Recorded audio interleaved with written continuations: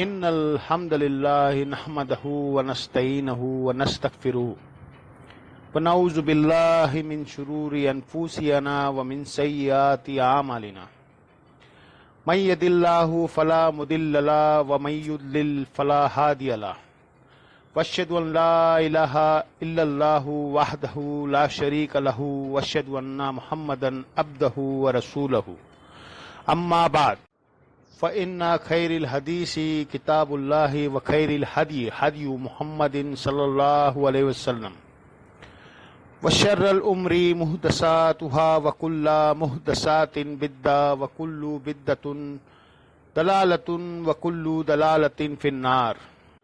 أعوذ بالله السميع العليم من الشيطان الرجيم من همزه ونفخه ونفثه. بسم الله الرحمن الرحيم. رب اشرح لي صدري ويسر لي امري واحلل عقدة من لساني يفقهوا قولي. بسم الله الرحمن الرحيم. ان الله وملائكته يصلون على النبي يا ايها الذين آمنوا صلوا عليه وسلموا تسلیما. اللهم صل على محمد وعلى آل محمد كما صليت على إبراهيم وعلى آل إبراهيم إنك حميد مجيد. اللهم بارك على محمد وعلى آل محمد كما باركت على إبراهيم وعلى آل إبراهيم إنك حميد مجيد. اللهم ربنا آتنا في الدنيا حسنة وفي الآخرة حسنة وقنا عذاب النار. ربنا آتنا من لدنك رحمته وهيئ لنا من أمره رشدا. لا الہ الا انت سبحانک انی کنت من الظالمین. حسبنا اللہ نعم الوکیل یا حی یا قیوم برحمتک استغیث ولا حول ولا قوة الا باللہ العلی العظیم. آمین. الحمدللہ آج 27 جولائی 2023 کو قرآن کلاس نمبر 48 میں ہم انشاءاللہ تعالی سورہ آل عمران کی آیت نمبر 55 سے آنورڈ سٹارٹ کریں گے.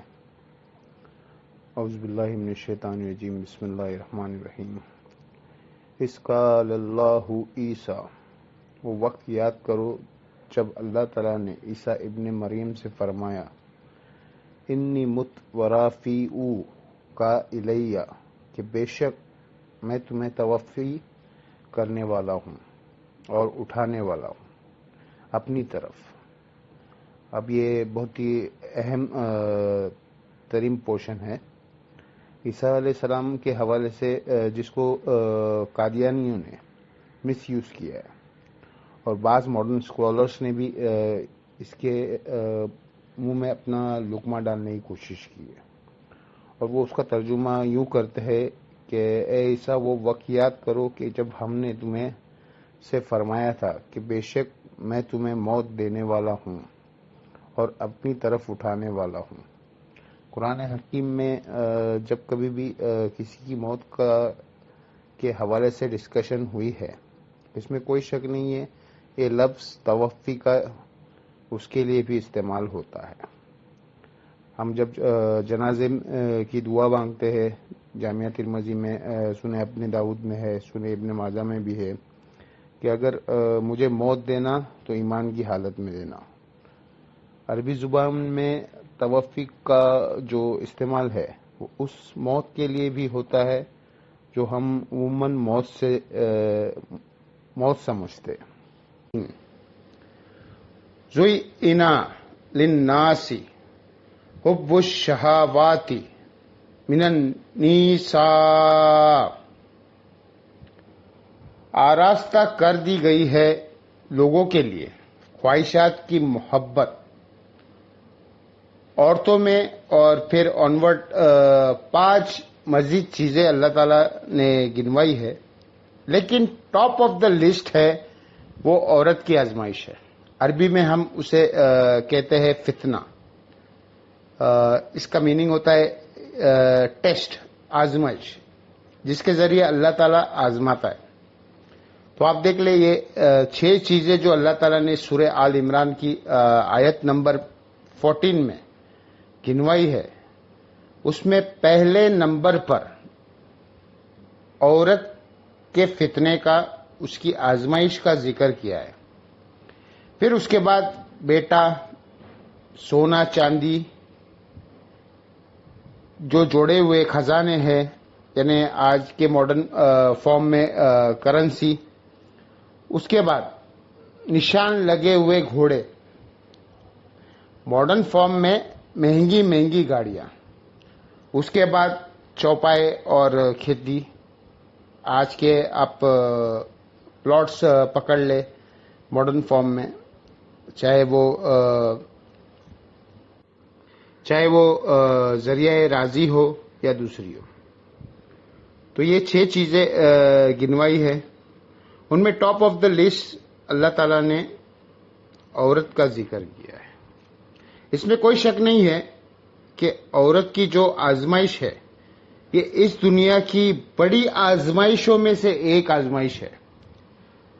صحیح مسلم میں حدیث ہے کہ اللہ کے محبوب صلی اللہ تعالی علیہ وسلم نے فرمایا کہ اللہ تعالیٰ نے جنت کو ناگوار چیزوں سے ڈھانپ رکھا ہے. یعنی ہر وہ چیز جو دنیا میں مشکل ہے وہ جنت کے طرف لے جانے والی چیز ہے، جو انسان کی طبیعت کے اوپر ناگوار ہے.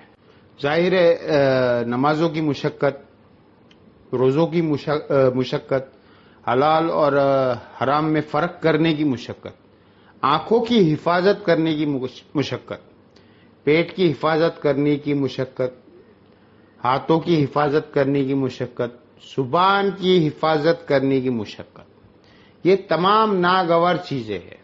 یعنی ہر وہ چیز اللہ تعالیٰ نے دنیا میں کرنے سے منع فرمایا ہے، اس کی ایٹریکشن چونکہ دل کے اندر ڈال دی ہے، لہذا اس چیز سے رکنا یہ ناگوار چیزیں ہیں. تو مسلم شریف کی حدیث کے الفاظ ہے کہ اللہ تعالیٰ نے جنت کو ناگوار چیزوں سے ڈھانپ رکھا ہے اور جہنم کو خوشنما چیزوں سے ڈھانپ رکھا ہے. یعنی جہنم کے پاس بھی گزرے گا نا کوئی بندہ، اٹریکٹ ہو جائے گا. دنیا میں ہر وہ چیز جو خوشنما دکھتی ہے، جس کی طرف لوگ اٹریکٹ ہو جاتے ہیں اور اس کو کرنا بھی آسان ہو جاتا ہے. ظاہر ہے برائی کو کرنا دنیا میں آسان ہے ایز کمپیئر ٹو نیکی کرنے کے. اسی کی ایکسپلینیشن اس حدیث میں ہے جو سنن ابو داود اور جامعہ ترمذی، سنن نسائی، ابن ماجہ میں بھی موجود ہے کہ جب اللہ تعالیٰ نے جنت کو پیدا فرمایا تو حضرت جبرائیل علیہ السلام سے فرمایا کہ جائیں اور جنت دیکھ کر آئے. تو جب واپس آئے تو اللہ نے پوچھا کیسا پایا؟ انہوں نے کہا یا اللہ، کمال جگہ تو نے بنائی ہے، مجھے نہیں لگتا کہ کوئی شخص تن من دھن نہ لگا دے اس جنت کو پانے کے لیے. یہ تو سارے ہی جنت میں پہنچ جائیں گے، جگہ ہی ایسی بنائی تو نے. اللہ تعالیٰ نے پھر جنت کو ناگوار چیزوں سے ڈھانپ دیا اور کہا اب جا کے جنت کو دیکھو. جنت کو جب جبریل علیہ السلام نے دیکھا تو انہوں نے کہا یا اللہ، اب مجھے نہیں لگتا کہ کوئی شخص جنت میں جانے میں کامیاب ہوگا، کیونکہ تو نے اس پہ ہرڈلز ہی اتنے ڈال دیے. پھر اللہ تعالیٰ نے کہا جا کے ذرا جہنم کو وزٹ کرو. واپس آئے، کہا یا اللہ توبہ توبہ، یہ تو بڑی سختی کی جگہ ہے، کوئی شخص بھی کوئی ایسا عمل کرنے کی کوشش نہیں کرے گا جو وہ اس تک پہنچ جائے. پھر اللہ تعالیٰ نے جہنم کو خوشنما چیزوں سے ڈھانپ دیا اور پھر فرمایا جاؤ اب جا کر جہنم کو دیکھو. تو جب وزٹ کر کے آئے تو انہوں نے کہا یا اللہ، مجھے نہیں لگتا کہ کوئی بندہ جہنم میں جانے سے بچ سکے گا. کیونکہ اٹریکشن ہی اتنا رکھا ہے تو نے. جہنم کے اندر نہیں، جہنم کے باہر. ایگزامپل کے طور پر شکار کرنے کے لیے اسی کی آزمائش کے اوپر تو جنت ہے. وہ ایک خوشنما چیز جسے جنت نے ڈھانپ رکھا ہے وہ ہے عورت کا فتنہ ہے. صحیح مسلم میں حدیث ہے، نبی صلی اللہ تعالی علیہ وسلم نے فرمایا کہ دنیا متاع ہے، پرکھنے کی جگہ ہے، اور سب سے بہترین متاع نیک بیوی ہے. دوسری طرف یہ بھی اسپیکٹ ہے کہ نیک بیوی جنت تک بننے کا ذریعہ بن سکتی ہے. عورت آزمائش ضرور ہے، لیکن اگر نیک عورت ہوگی، نیک بیوی ہوگی، تو دنیا میں اسے برتنے کی کوئی چیز نہیں ہے.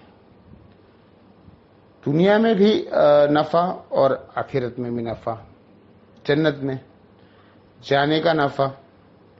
ایک اور حدیث ہے، بخاری اور مسلم دونوں میں حدیث ہے. نبی علیہ السلام نے فرمایا، میں اپنے بعد تمہارے لیے عورت سے بڑھ کر کوئی فتنہ شمار نہیں کرنا. یہ آپ علیہ السلام نے اپنی وفات کے دنوں میں وصیت کرتے ہوئے فرمایا تھا کہ میرے بعد سب سے بڑی آزمائی جو تم پہ ہے وہ عورت کے فتنے کی شکل میں آئے گی. اب عورت کے فتنہ ایک تو sex of point of view سے بھی ہو سکتا ہے، اور ایک اس پوائنٹ آف ویو سے بھی ہو سکتا ہے کہ کوئی شخص اپنی بیوی کی محبت کے اندر جو جائز ہے ایکسٹریم رویہ ایڈاپٹ کرے کہ اللہ کے حدوں کو توڑ دے، یا بیویوں کے ساتھ حسن سلوک نہ کرے، اور جو ان کے جائز حقوق ہے ان کو نہ دے، اور اس کے سبب اللہ تعالی نے عذاب کا مستحق ہو جائے. دونوں صورتوں میں عورت آزمائش ہے. ایک اور حدیث ہے بخاری اور مسلم میں. تیسری حدیث یہ آلموسٹ 12 حدیث ہے جو میں اس میں کور کروں گا. تیسری حدیث بخاری اور مسلم میں دونوں میں موجود ہے. 2 چونکہ میں سیپریٹ بیان کیا ہوں. یہ 10 حدیثیں کنزیکٹیو ہے. نبی صلی اللہ علیہ وسلم نے فرمایا کہ عورتوں کے پاس جانے سے بچو، یعنی عورتوں سے مراد غیر محرم عورتیں. تو صحابہ نے پوچھا کہ دیور کے بارے میں آپ کا کیا پوائنٹ آف ویو ہے؟ تو آپ نے کیا فرمایا؟ دیور تو موت ہے، یعنی سب سے زیادہ پردے کا احترام دیور سے کرنے کی ضرورت ہے. اور ظاہر ہے ایک گھر کے اندر فزیکل پردہ مشکل ہے، بہتر تو یہ ہوگا کہ الگ گھر ہو، تو وہاں پر نگاہوں کا پردہ ہوگا. نگاہ جھکا کر بات کرنا، جسے گود بصر کہا جاتا ہے عربی میں. سورۃ النور میں اس کی ترکیب ہے. اس کانٹیکسٹ میں میں نے 2 ڈیٹیلز لیکچرز دی ہے. مسئلہ نمبر 161A اور 161B. مسئلہ عورتوں کے حجاب اور پردے سے متعلق. چوتھی حدیث جامعہ ترمذی میں ہے کہ نبی علیہ السلام نے فرمایا کہ جب کوئی 2 مرد اور عورت کسی جگہ الگ ہوتے، اب ظاہر ہے اس سے مراد میاں بیوی نہیں، جو نامحرم رشتہ ہے، جو تیسرا ان میں شیطان ہوتا ہے. تو یہ جو لوگ کہتے ہیں نا ہماری محبت بڑی پاکیزہ محبت ہے، اور ہر بندے کے پاکیزہ کی لمٹس بھی اپنی اپنی رکھی ہوئی ہے. آج کل کے دور میں کوئی شخص صرف فون پہ بات کرنے کی پاکیزہ محبت سمجھتا ہے، کوئی ہاتھ لگانے کو سمجھتا ہے، کوئی ایک سٹیپ اس سے آگے جانے کو سمجھتا ہے اور اس سے آگے جانے کو وہ گمراہ شمار کرتا ہے. حالانکہ اسلام میں نامحرم مرد اور عورت کوئی اس اعتبار سے رشتہ نہیں ہے. حتیٰ کہ یہ منگیتر والا کانسیپٹ ہے نا، یہ بھی غلط ہے. منگیتر بھی آپس میں نامحرم ہے میرے بھائیوں. ہاں، جب تک کہ نکاح نہ ہو جائے. آفیشیل بانڈنگ تو شریعت میں ہے، وہ نکاح کا بانڈ ہے. تو بہتر یہ ہے کہ منگنی کرنے کے بجائے نکاح ڈائریکٹ کر لینا چاہیے. اس کے بعد اگر مرد اور عورت آپس میں فون پر رابطہ رکھنا چاہتے ہیں تو وہ ضرور رکھے، اس سے آگے نہیں. کیونکہ نکاح کے بعد جب تک رخصتی نہ ہو تو مرد اور عورت آپس میں کسی قسم کا تعلق نہیں رکھ سکتے. 5ویں حدیث صحیح مسلم کی ہے. نبی علیہ السلام سے پوچھا گیا جو اچانک نظر اڑ جاتی ہے تو آپ نے فرمایا اللہ نے مجھے اس چیز سے منع کیا ہے اور حکم دیا ہے کہ اچانک نظر اڑ جائے تو میں فوراً اپنی نظر ہٹا دوں. یعنی وہ نظر یہ نہیں ہے کہ آپ نے گھر چھوڑ کے آنا ہے. ایک نظر کے اندر کہتے ہیں نا پہلی نظر معاف ہے. پہلی نظر سے مراد دیکھنا نہیں ہے. پہلی نظر سے مراد ہے کسی شخص کا نامحرم کے بارے میں اس کو یہ پتہ چل جانا تو پہلی نظر اس کی ہو گئی. اب جان بوجھ کر وہ پہلی نظر بھی ڈالے گا تو اس کی دوسری شمار ہوگی. 6 حدیث بخاری اور مسلم دونوں میں ہے. نبی علیہ السلام نے فرمایا اے نوجوانوں کہ جو گروہ ہے تم میں سے جو استعداد ہو وہ نکاح کرے، اور اگر نکاح نہیں کر سکتا یعنی اس کی فائنینشیل حالت ٹھیک نہیں ہے تو وہ پھر روزے رکھ کر اپنی شہوت کو ٹھنڈا کرے. اور اس میں الفاظ ہے نکاح کرو. نکاح کرنا تمہاری عفت اور عصمت کی حفاظت اور شرمگاہ کی حفاظت کا ذریعہ ہے، اور یہ نگاہیں نیچی رکھنے کا ذریعہ ہے.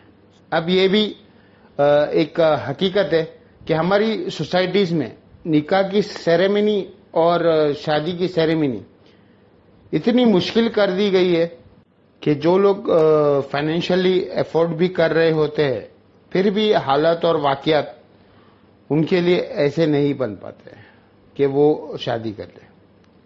اور دوسری طرف یہ بھی ایکسٹریم ہے کہ ایک شخص فیملی کو سپورٹ کر ہی نہیں سکتا اور آپ زبردستی اس کی شادی کروا دیں کہ بعد میں بندے کا کچھ بھلا ہو جائے گا. الٹا 2 خاندانوں میں لڑائی کروا دیتے ہیں. تو یہ بھی اپروچ نہیں ہے.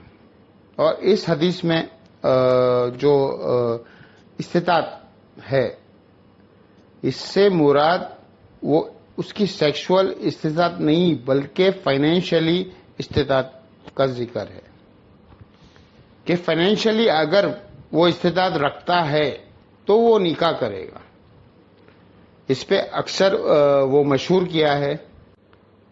ایک غریب آدمی نبی علیہ السلام کے پاس آیا. اس نے کہا کہ میں بہت تکلیف میں ہوں. تو حضور نے کہا شادی کر لو. اور غریب ہو گیا. کہا دوسری شادی کر لو. اور غریب ہو گیا. تیسری شادی کر لو. اور غریب ہو گیا. چوتھی کر لو. پھر وہ امیر ہو گیا. اس طرح سے کوئی امیر نہیں ہوتا میرے بھائیوں. یہ بالکل جھوٹی روایت ہے. بالکل جھوٹی. اس پر آپ کبھی بھی یقین نہیں کرنا. 7ویں حدیث ہے صحیح بخاری میں نبی علیہ السلام نے فرمایا کہ جو شخص مجھے اپنی زبان اور شرمگاہ کی حفاظت دے دے میں اسے جنت کی گارنٹی دیتا ہوں. یہ دو چیزیں بہت کریٹیکل ہے. زبان اور شرمگاہ کا جو معاملہ ہے نا بہت کریٹیکل ہے. 8ویں حدیث صحیح مسلم میں ہے نبی کریم نے فرمایا کہ دنیا کی بڑی میٹھی ہے. دنیا جو ہے بڑی میٹھی ہے اور اللہ نے دنیا میں تمہیں اپنا خلیفہ بنایا ہے. اب وہ دیکھے گا کہ تم کیسے اعمال کرتے ہو. اور پھر آپ علیہ السلام نے فرمایا کہ تم دنیا اور عورت کے فتنے سے بچنا. دو چیزیں فرمائی, دنیا کی محبت, اس کی دولت کی محبت اور عورت کی, کہ اللہ نے تمہاری آزمائش یہ دو چیزوں میں رکھی ہے, عورت اور مال. دنیا کی محبت, اس کی مال کی محبت اور عورت سے بچنا. 9ویں حدیث جامعہ ترمذی میں ہے نبی علیہ السلام نے فرمایا تم نے کوئی بھی دو محبت کرنے والے میاں بیوی سے بڑھ کر نہیں دیکھے ہوئے. بے شک یہ حقیقت بات ہے. دنیا میں جو اللہ نے محبت میاں بیوی کے درمیان رکھی ہے نا, اس طرح کی ایکسٹریم محبت اور کلوزنس کسی بھی اور رشتے کے اندر نہیں ہے. اسلام میں خاندان کی عقیہ کی میاں بیوی ہے. ویسے انڈیا پاکستان میں تو ماں باپ کو اونچا درجہ دیا جاتا ہے. وہ جس لیول پر درجہ دیا ہے وہ اپنی جگہ ہے, لیکن جو بیسک یونٹ ہے نا خاندان کا وہ میاں بیوی کا رشتہ ہے. اسی لیے تو مسلم شریف میں آتا ہے نا کہ شیطان کا تخت پانیوں پہ لگا ہوا ہے. جو آج کل کے ماڈرن اسکالرس کے موقف ہے, ہو سکتا ہے کہ برموڈا ٹرائنگل پہ ہو. شیطان کا تخت بنا ہوا ہے اور وہ شام کے وقت اپنے سارے چیلوں سے رپورٹ لیتا ہے. ہر کوئی اپنے آفس میں لیتا ہے نا, ویسے تو ہر اس کا چیلا آ کے مختلف قسم کے گناہ گنواتا ہے. آج میں نے یہ کیا, میں نے یہ کیا, چوری کا کروایا, ایکسیٹرا ایکسیٹرا, یہ گناہ کروایا. ایک چیلا کہتا ہے میں نے میاں بیوی کے بیچ میں علیحدگی کروا دی. تو شیطان کسی سے خوش نہیں ہوتا, اسی سے خوش ہوتا ہے اور اسے گلے لگا کر کہتا ہے کہ اصل کام تو نے کیا ہے.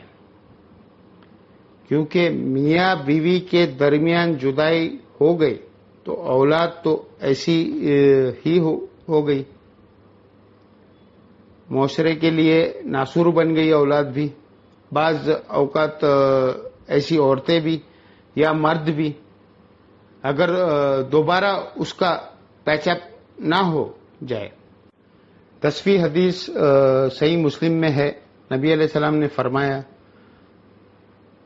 سبحان اللہ کہنا بھی صدقہ ہے, الحمدللہ بھی کہنا بھی صدقہ ہے. عربی میں صدقہ کہتے ہیں نیکی کرنے کو.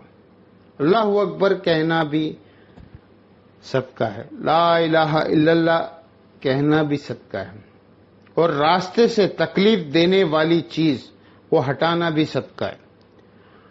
لوگوں کو نیکی کا حکم دینا اور برائی سے روکنا یہ بھی صدقہ ہے. حتیٰ کہ تمہارا بیویوں کے ساتھ ازدواجی تعلق قائم کرنا بھی صدقہ ہے. باقی ساری باتیں کو صحابہ کو سمجھ میں آ گئی. آخری بات میں انہوں نے کاؤنٹر کوشچن کیا, یا رسول اللہ ایک پورے ایک اینیمل انسپیکٹ والی جو ایکٹیویٹی ہے اس پہ نیکی ہے؟ تو آپ نے فرمایا کہ اگر تم یہی ضرورت کسی ایسی عورت سے پوری کرو جو تمہارے لیے حلال نہیں ہے تو کیا تمہیں گناہ ملے گا؟ صحابہ نے کہا ہاں ملے گا. تو پھر تمہیں تمہاری بیویوں کے ساتھ ازدواجی تعلقات کرنے پر ثواب بھی ملے گا. یہ ہے نیکی کا کانسیپٹ اسلام میں. تو یہ میں نے 12 حدیث آلموسٹ کور کی ہے اور آپ سے میں گزارش کروں گا کہ مسئلہ نمبر 161 نگاہوں کی حفاظت سے متعلق اور 161 مسئلہ وہ عورتوں کے حجاب سے متعلق ہے. یہ آپ دیکھ لیں. میرا ایک اور لیکچر ہے مسئلہ نمبر 51 رزق حرام کی مذمت. بہرحال یہ کریٹیکل ٹاپک تھا. فرائڈ بھی یہی کہتا ہے کہ دنیا میں سب سے امپورٹنٹ جذبہ جو ہے وہ سیکس کا ہے، باقی ساری چیزیں بعد میں. اور دیکھیں کسی حد تک قرآن نے اس کی بات کو سپورٹ کی ہے. زوئی من الناس حب شہواتی من النساء، خواہشات کی محبت عورتوں میں، والبنین یعنی جو قبائلی سسٹم میں بیٹوں کی بڑی امپورٹنس تھی. جس کے زیادہ بیٹے ہوتے وہ اتنا طاقتور ہوتا. ولا کنا تیرل مکن تراتی من الذہابی والفداتی، اور خزانے جمع کیے ہوئے سونے اور چاندی کے فارم میں. اس زمانے میں کرنسی جو ہے سونے اور چاندی کے فارم میں ہوا کرتی تھی. پھر وقت کے ساتھ چاندی کا جو فارم تھا وہ ایبسولوٹ ہو گیا. اب صرف دنیا میں سونے کو مانا جاتا ہے کیونکہ آپ دیکھیں سونا کبھی خراب نہیں ہوتا. کتنے سال بھی پانی میں رکھے، زمین میں رکھے، کہاں بھی رکھے، اس کی چمک کبھی ختم نہیں ہوتی. تو یہ گولڈ کے اوپر بھی میرا ایک کلپ ہے، آپ دیکھیں یوٹیوب پہ کہ اگر میں نے 40 سال پہلے قرضہ لیا تھا، یعنی کئی کال آتے، تو آپ کس ریٹ میں واپس کریں؟ بھائی آج کے ریٹ میں واپس کرے.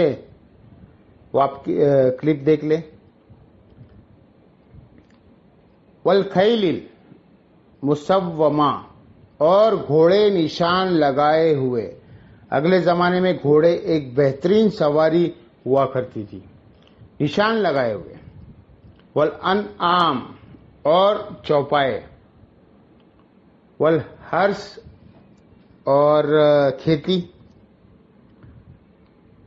ذالک متاع الحیات الدنیا، لیکن یہ سب دنیا کے بردنے کا سامان ہے. واللہ عزہ حسن المآب، اور اللہ کے پاس بہترین خزانہ ہے.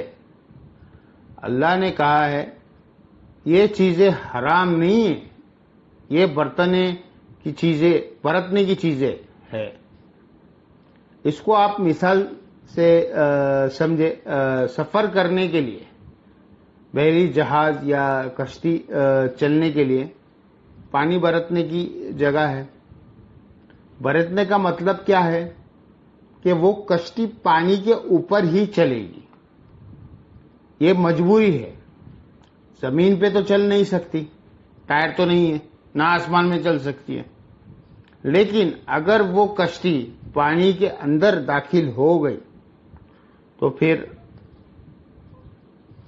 وہی پانی جو اس کی زندگی کا ذریعہ تھا اس کشتی کو ڈوبنے کی اور موت کا ذریعہ بن جائے گا. تو بس اتنا ہی پرتنا ہے. ایگزامپل آپ کے سامنے ہے. ٹوائلٹ انسان کی رفاعی حاجت کو پورا کرنے کے لیے، ایک بیسک ہیومن نیڈ کو پورا کرنے کے لیے ہے. لیکن اگر کوئی شخص ٹوائلٹ میں ہی بیٹھا رہے تو اسے کون عقل مند سمجھے گا؟ ضرورت کے لیے جاتے ہیں اور فوراً واپس. متا پرتنے کی چیز ہے. اور پھر اللہ نے کہا ہے اللہ کے پاس اس سے بہترین چیزیں ہیں جنت میں، اور واقعی بہتر ہے اس اعتبار سے کہ دنیا کی برتنے کی چیزوں کے ساتھ جتنی کمزوریاں لگی ہوئی ہے نا، ان میں سے کوئی کمزوری اس کے اندر نہیں ہے. دنیا میں آپ تھوڑا سا کھا لے پیٹ خراب ہو جاتا ہے، اس کے بعد حاجت کے لیے بھی جانا پڑتا ہے. جنت میں بخاری مسلم میں آتا ہے کہ جتنا مرضی کھائے ایک خوشبودار ڈکار آئے گی اور ہر چیز ہضم. کوئی ٹوائلٹ جانے کی ضرورت نہیں ہے. بخاری مسلم کے الفاظ ہے کہ جہنم اور جنت کے درمیان لاکہ موت کو مینڈے کی شکل میں قتل کر دیا جائے گا، اور جنتیوں کے لیے وہ خوشی کا دن ہوگا کہ اب موت نہیں آئے گی. جہنمیوں کے لیے سب سے زیادہ دکھ اور تکلیف دہ دن ہوگا. اللہم اجرنا من النار، اللہم اجرنا من النار، اللہم اجرنا. آمین. تو جنتی سب سے بڑی خوبی ہے یہ فنا نہیں ہوگی. نہ جنت میں رہنے والے نے فنا ہونا ہے، نہ اس کی نعمتیں چھینی ہے. اس کے لیے بخاری مسلم میں آتا ہے کہ جنتی جب جنت میں انٹر ہو جائے گے نا تو ایک خوشخبری دینے والا خوشخبری دے گا کہ تمہارے لیے یہ خوشخبری ہے کہ آج کے بعد تمہیں موت نہیں آئے گی، ہمیشہ زندہ رہو گے. آج کے بعد تم بوڑھے نہیں ہوگے، تم جوان ہی رہو گے. 30 سال عمر ہوگی ہمیشہ کے لیے. آج کے بعد تمہیں کوئی تکلیف نہیں آئے گی، ہمیشہ خوشحال رہو گے. نہ بیماری نہ کچھ بھی نہیں، ہمیشہ تندرستی رہو گے. اور آج کے بعد اللہ تم سے ناراض نہیں ہوگا، ہمیشہ راضی رہے گا. جنت میں کوئی کام آپ سوچ لے ایسا نہیں ہے کہ یہ جائز ہے یا نہیں. ہر کام جائز ہے، کیونکہ اللہ نے وہ خواہشات کی تکویر کا ذریعہ بنایا ہے. یہ خواہشات کی تکویر اس لیول کی ہے کہ کن فایا کن کا کچھ حصہ ہر انسان کو نصیب ہو جائے گا. تو آپ خواہش کریں گے وہ آپ کے سامنے آ جائے گا. قل آؤ نبی کم بخیر من ذالکم، اے نبی تم فرما دو کہ میں کہ تمہیں دنیا کی برتنے کی جو چیزیں ہیں اس سے بہتر چیز بتا دوں ان لوگوں کے لیے جو اپنے رب سے ڈرنے والے. جناہم من تجری من تحتی مل انہار، وہ باغات ہے جن کے نیچے نہریں بہتی ہو. خالدین فیہا، وہ اس میں رہیں گے ہمیشہ کے لیے. ازواج مطہرہ، اور ان کے لیے وہاں پر پاکیزہ بیویاں ہوگی. وربوانم واللہ بصیر بالعباد، اور اللہ تعالیٰ اپنے بندوں کے اعمال کو دیکھنے والا ہے. تو پاکیزہ عورتیں وہاں پر ملے گی. اب ایک ہارون یحییٰ صاحب کی ایک ویڈیو ہے، the reality of life of this world.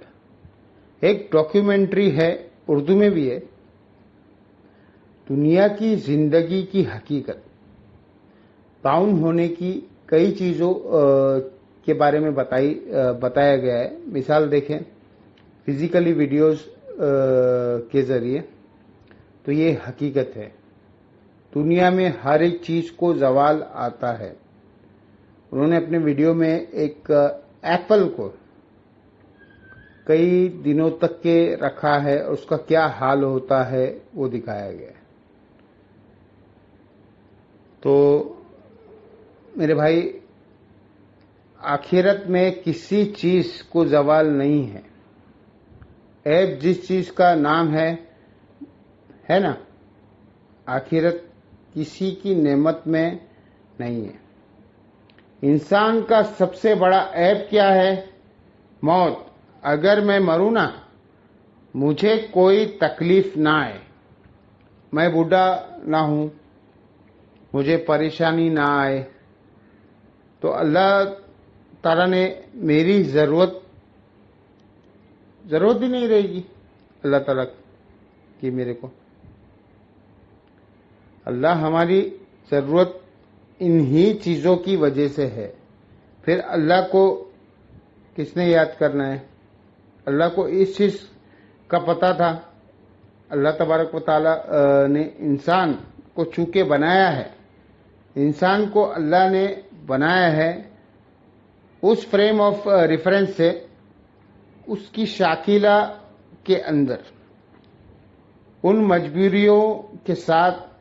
اسی میں پھر جنت کی لالچ بھی ہے دی گئی ہے، اور جہنم سے ڈرایا بھی جاتا ہے.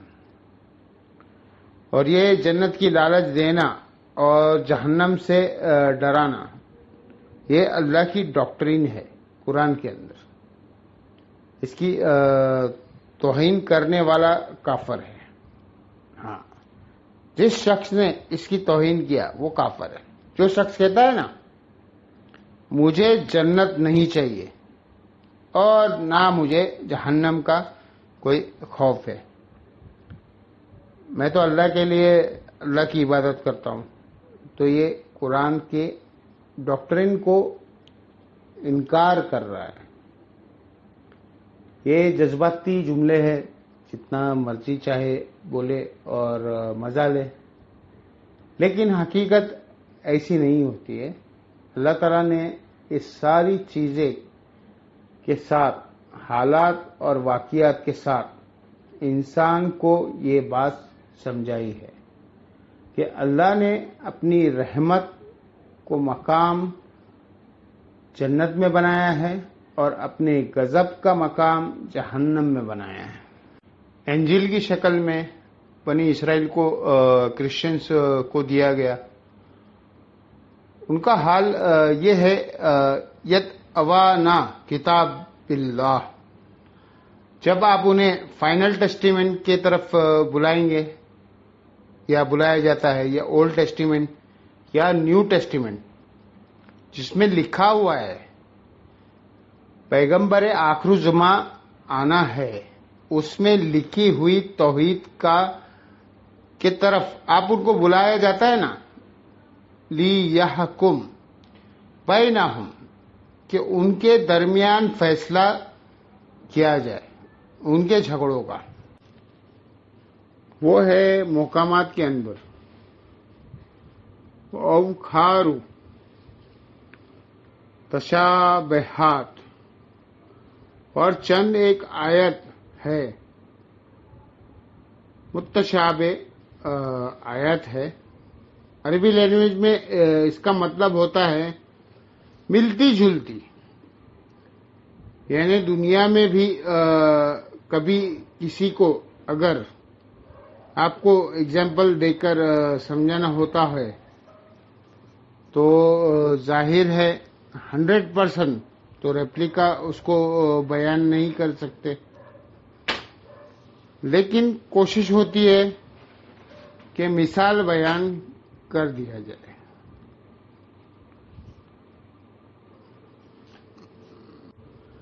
جیسا کہ اللہ نے توحید کے اعتبار سے کئی جگہ ایک مثال بیان کی ہے کہ ایک غلام ایسا ہے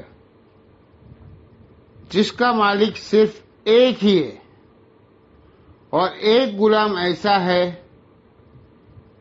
جس کے کئی ایک مالک ہے، شریک ہے. تو کون پیسفل ہوگا؟ کس کی لائف پیسفل ہوگی؟ ایک وہ کہ جس کے اتنے مالک ہے، یا وہ جس کا ایک مالک ہے. تو یہ مثالیں اللہ تعالیٰ نے بیان فرماتے ہیں. تو متشابہت میں وہ آیت فال کرتی ہے جو اللہ تعالیٰ کی صفات سے خصوصاً ریلیٹڈ ہے. مثلا قرآن میں آیا ہے اللہ کا ہاتھ. اب اس کو کون امیجن کر سکتا ہے؟ اللہ کی مثال تو کوئی صحیح ہو نہیں سکتی. لہذا جب اللہ تعالیٰ فرما رہا ہے اللہ کا ہاتھ، اللہ کی پنڈلی یا اللہ کی آنکھیں، تو آپ اس کی کوئی مثال نہیں بیان کی جا سکتی. اسی طریقے سے جنت کی جتنی بھی نعمتیں کا ذکر ہے وہ سمجھانے کے لیے کہ فروٹ دیے جائیں گے، حوریں دی جائے گی، یا کانسیپٹ ایک دنیا کے ساتھ ان کی ریسمبلنس دی گئی، لیکن ایگزیکٹلی تو کوئی اسے ریپلیکا نہیں کر سکتا. تو یہ ساری آیات ہے متشابہ ہے. یہ قرآن حکیم میں جو آیات ہے حروف محکمات تو ایک اسپیشل کیس ہے لوگوں کے غرور توڑنے کے لیے کہ کوئی ان کے مطلب کا نہیں توڑ سکتا ہے. یہ اللہ نے اور اس کے نبی کے درمیان راز ہے، کوڈ ورڈ ہے. میرے بھائیوں، بخاری مسلم میں حدیث ہے کہ نبی علیہ السلام نے کو اللہ تعالیٰ نے فرماتا ہے میں نے اپنے بندوں کے لیے وہ نعمتیں سنبھال کر رکھی ہے جنت میں، نہ کسی کی آنکھ نے دیکھی، نہ کسی کے کان نے سنی، نہ کبھی کسی نے اس کا گمان بھی کیا. تو قرآن پڑھتے بھی آپ جنت کی نعمتیں امیجن نہیں کر سکتے میرے بھائیوں. ایک دھندلا سا تصور لے کے آ سکتے، اور بعض جگہ تو اللہ تعالیٰ کیٹیگریکل مشابہت کو مینشن بھی کر دیتا ہے. جیسے کہا گیا ہے وَلَا تَقُولُوا لِمَن يُقْتَلُ فِي سَبِيلِ اللَّهِ اموات. مت کہو ان کو جو اللہ کے راہ میں قتل کر دیا جائے کہ وہ مردے ہے، بلکہ وہ زندہ ہے، لیکن تمہیں ان کی زندگی کا شعور نہیں ہے. یعنی نو انٹری کا بورڈ لگا دیا اللہ نے کہ بس اس کو یوں ہی سمجھنا ہے کہ آخرت کی زندگی ہے، اس کو تمہیں شعور نہیں ہے. جو اللہ تعالی نے، اللہ چاہے جس کو پروٹوکول دے، اور یہ جو آخرت کی زندگی ہے اس کا کوئی مثال دنیا میں نہیں بنایا جا سکتا، کوئی کر ہی نہیں سکتا۔ میں نے اس میں بھی یہ عرض کیا تھا کہ آج بھی اگر قبر رسول کھودی جائے تو آپ صلی اللہ تعالی علیہ وسلم کا جسم مبارک بالکل ویسا ہوگا جیسے کہ دفنانے کے وقت تھا، لیکن اس میں کوئی سانس نہیں چل رہی ہوگی، وہ جسم سلامت ہے، اس میں زندگی موجود نہیں ہے، لیکن بغیر سانس کے، بغیر کھائے پیے، بغیر ٹوائلٹ کے زندگی کا تو آپ تصور بھی نہیں کر سکتے۔ تو یہ متشابہ چیز ہے، اس کے پیچھے نہیں پڑنا چاہیے۔ اللہ تعالیٰ نے فرمایا میری تم سے جو ڈیمانڈ تھی وہ محکمات ہے۔ اسی طریقے سے قرآن حکیم میں جو تقدیر سے متعلق جو آیت ہے وہ متشابہ آیت ہے، بس جتنا بتایا گیا ہے اس کے اوپر ایمان لے کر آؤ، اس کے آگے نہیں بڑھنا۔ وہ ساری چیزیں ایمان بھی غیب سے تعلق رکھتی ہے۔ اب فرشتوں کو کوئی کیا بریف کر سکتا ہے؟ کس قسم کے ہوگے؟ مثال ہی نہیں بیان کی جا سکتی ہے، بس ہمیں ایمان لانا ہے۔ اب اللہ تعالیٰ ایک ورڈک دے رہا ہے یہاں پر، فَأَمَّا الَّذِينَ فِي قُلُوبِهِمْ زَیغ، بس وہ لوگ جن کے دلوں میں ٹیڑھ پن ہوتا ہے، فَيَتَّبِعُونَ مَا تَشَابَهَ مِنْهُ ابْتِغَاءَ الْفِتْنَةِ، تو وہ متشابہ آیت کے پیچھے پڑے رہتے ہیں تاکہ کوئی فتنہ کھڑا کر دے۔ آج دیکھیں، آج آپ دیکھ لیں نا، پوری امت نے ہی فتنہ کھڑا کیا ہے۔ کہتے جی قرآن میں لکھا ہے شہید زندہ ہے، تو جب شہید زندہ ہے تو جا کے اس کی قبر سے پر ہی مانگ لو نا، مانگنا شروع کر دو۔ کہتے زندہ سے مانگ سکتے ہیں نا،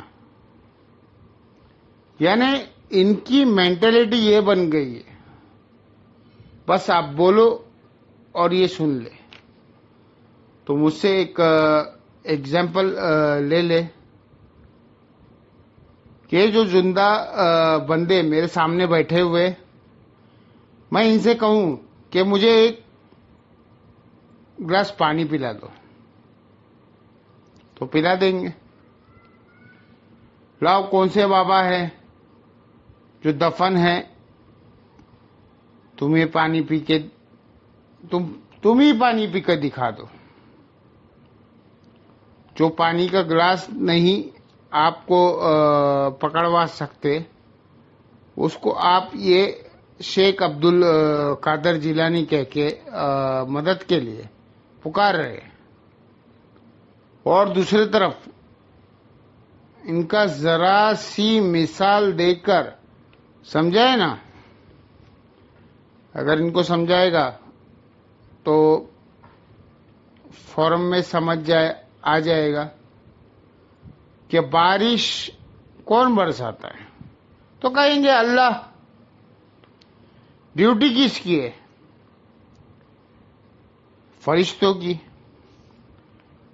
بارش فرشتوں سے مانگی جاتی ہے یا اللہ سے مانگی جاتی ہے؟ بے شک اللہ سے مانگی جاتی ہے. اب اللہ کا نام لے کر شروع کرتے ہیں آل عمران کو.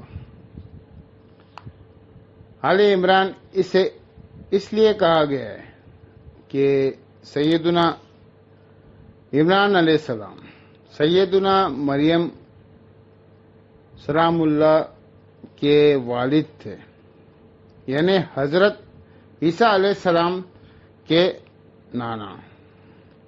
سورہ آل عمران جو ہے قرآن حکیم کی جاندار صورتوں میں سے ہے. ایک اور حدیث بیان کر دوں میں اسی کانٹیکس میں. سنن ابو داؤد میں صحیح سند سے حدیث ہے، آسماء اعظم جو ہے اللہ کے بڑے نام ہیں جن کی وجہ سے اگر اللہ کے طرف رجوع لایا جائے تو دعا کی قبولیت ہوتی ہے. اسی حوالے سے سنن ابو داؤد میں ایک حدیث ہے کہ نبی علیہ السلام نے فرمایا کہ اللہ تعالیٰ کے جو آسماء اعظم ہے وہ قرآن حکیم کی 2 آیت کے اندر ہے، ایک سورۃ البقرہ کی اور ایک سورہ آل عمران کی. وَإِلَٰهُكُمْ إِلَٰهٌ وَاحِدٌ لَا إِلَٰهَ إِلَّا اللَّهُ هُوَ الرَّحْمَٰنُ الرَّحِيمُ. اب اس میں پتہ چل گیا کون سے آسماء ہے. اللہ آ گیا اور رحمان آ گیا، الرحیمین آ گیا، لا الہ الا اللہ بھی آ گیا. پھر آپ علیہ السلام نے شروع کی آیت تلاوت کی، الف لام میم اللہ لا الہ الا هو الحی القیوم. تو الحی اور القیوم یہ بھی آسماء اعظم میں سے ہے. جامعہ ترمذی میں ایک حدیث ہے 593 نمبر انٹرنیشنل نیومرک کے مطابق، ایک شخص نے دعا میں جلدی کی اور اللہ تعالیٰ کے حمد کے بغیر ہی دعا کرنا شروع کر دی اور درود شریف بھی نہیں پڑھا. تو نبی علیہ السلام نے فرمایا کہ اس ساحل کی جلدی کی. پھر آپ نے بلا کے اسے فرمایا کہ جب بھی تم اللہ سے دعا کرو پہلے اس کی حمد کرو، اس کے بعد مجھ پر درود پڑھو اور پھر اللہ سے مانگو. اتنے میں ایک اور شخص آئے، اس میں خود بخود یہی عمل کیا تھا. وہ ابن مسعود تھے، ابن مسعود رضی اللہ تعالی عنہ. تو نبی علیہ السلام نے فرمایا سلطو عطا سلطو عطا، تو مانگ تجھے دیا جائے گا، تو مانگ تجھے دیا جائے گا. جو کوشش کرے آپ یہ 2 آیت یاد کریں. سنن ابو داؤد کے اندر آسماء اعظم موجود ہے اور مشکت کے اندر بھی. وَإِلَٰهُكُمْ إِلَٰهٌ وَاحِدٌ لا الہ الا اللہ هو الرحمن الرحیم. یہ سورۃ البقرہ اور سورہ آل عمران الف لام میم اللہ لا الہ هو الحی القیوم. تو یہ آپ پڑھے، اس کے بعد آپ درود شریف پڑھ کر دعا مانگ لیں. اعوذ باللہ من الشیطان الرجیم، بسم اللہ الرحمن الرحیم. الف لام میم. اللہ اور اس کے محبوب صلی اللہ تعالی علیہ وسلم کے درمیان یہ دو کوڈ ورڈز ہے. اللہ لا الہ الا هو الحی القیوم. اللہ ہی ہے کہ جس کے سوا کوئی معبود نہیں ہے، وہ الحی ہے اور القیوم ہے. الحی وہ ہستی ہے جو خود سے زندہ ہے. کائنات میں ایک ہی ہستی ہے جو خود سے زندہ ہے، باقی سب کی زندگی ادھار ہے. چاہے کوئی فرشتہ ہو، پیغمبر ہو، کوئی جن ہو یا عام انسان، کوئی جاندار ہو، کوئی بے جان ہو، ہر ایک کی زندگی ادھار ہے اللہ کے دینے پر. جب تک وہ چاہے گا رہے گی، جب چاہے گا ختم کر دے گا. کل نفس ذائقۃ الموت. ہر جان میں موت کا مزہ چکھنا ہے، چاہے وہ فرشتہ ہو، پیغمبر ہو یا جنات ہو یا انسان ہو، سب کو مرنا ہے. موت ہر مخلوق کی ڈیسٹینی ہے. یہ تصدیق میں چیز ہے. اللہ ایک ہستی ہے جسے موت نہیں آنی. اسی لیے اگر زندگی کا اگر لفظ کسی پر بولا جائے تو وہ اللہ ہی ہے. الحی خود سے زندہ، اور القیوم قائم رکھنے والا. ساری کائنات اس کے وجہ سے قائم ہے. اس کا اگر امر پیچھے سے ہٹ جائے نا تو کوئی بھی چیز پرفارم نہیں ہو سکتی. اللہ چونکہ دعوت حق ان کے سامنے لانا یہ مرکزی ٹاپک ہے. اس کے علاوہ اور ٹاپک بھی آئے ہیں.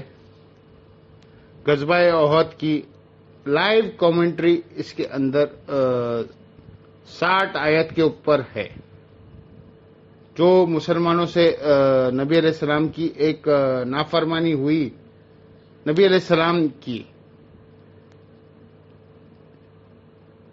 جس نے صحابہ واضح فتح جو ہے وہ شکست میں بدل گئی. اس کو سپورٹیو وہ صحیح مسلم میں حدیث ہے کہ اللہ کا محبوب صلی اللہ تعالی علیہ وسلم ارشاد فرمایا، قرآن پڑھا کرو. قرآن قیامت والے دن اپنے پڑھنے والوں کے حق میں اللہ کے حضور سفارش کرے گا. اور پھر ساتھ ہی اپنے فرمایا کہ یہ جو دو صورتیں ہیں، سورۃ البقرہ اور سورہ آل عمران، یہ زہرا وین ہے، دو روشن صورتیں. یہ قیامت والے دن دو بادلوں کی شکل میں یا پرندوں کے گول کی شکل میں آئے گی، اور اپنے پڑھنے والے کے لیے اللہ کے حضور جھگڑا کرے گی کہ اس کی بخشش ہو جائے. تو اسے نبی علیہ السلام نے کہا ہے پوری الہامی کتابوں کا مقدمہ، پیغمبروں کے آنے کا مقدمہ اسی کے اوپر کا ہے. اللہ تعالیٰ نے یہ دنیا کھیل تماشے کے لیے نہیں بنایا ہے میرے بھائیوں، بلکہ ایک آزمائش کے لیے، ایک سیکھ کے لیے، آزمائش کے لیے ایک سیریس کریشن ہے انسان. اس کے لیے آپ دیکھیں جب انبیاء اکرام کا لوگ انکار کرتے تھے تو دنیا میں ان کے عذاب آتا تھا اور آخرت کی کس باقی رہتی تھی. رسولوں کے کیس میں، انبیاء کے کیس میں آ بھی سکتا تھا اور بعض انبیاء قتل بھی ہو جاتے تھے، لیکن رسولوں کے کیس میں واضح اللہ تعالیٰ نے فرمایا ہے کتب اللہ بھی اگلی بننا ان و انا و رسولی. اللہ نے یہ بات طے کی ہے کہ میں اور میرا رسول غالب ہی رہیں گے، دنیا میں بھی اور آخرت میں بھی. تو اللہ تعالیٰ ہمیں اس توفیق پہ، نیک توفیق پہ چلائے. اللہ تعالیٰ سے دعا ہے جو حق بات میں نے کی اللہ تعالیٰ ہمارے دلوں میں راسخ فرمائے، اور جذبات میں میرے منہ سے کوئی غلط بات نکل گئی تو اللہ تعالیٰ ہمارے دلوں سے باہر کر دے، ہمیں معاف بھی کر دے. اللہم صلی علی محمد وعلی آل محمد کما صلیت علی ابراہیم وعلی آل ابراہیم انک حمید مجید. اللہم بارک علی محمد وعلی آل محمد کما بارکت علی ابراہیم وعلی آل ابراہیم انک حمید مجید. اللہ تعالیٰ سے دعا ہے جو حق بات میں نے کہی ہمیں اس بات پہ خود عمل کر کے دوسرے بھائیوں تک پہنچانے کی توفیق عطا فرمائے. سبحانک اللہم و بحمدک اشہد ان لا الہ الا انت استغفرک و اتوب الیک وما علینا الا البلاغ المبین. جزاکم اللہ خیر.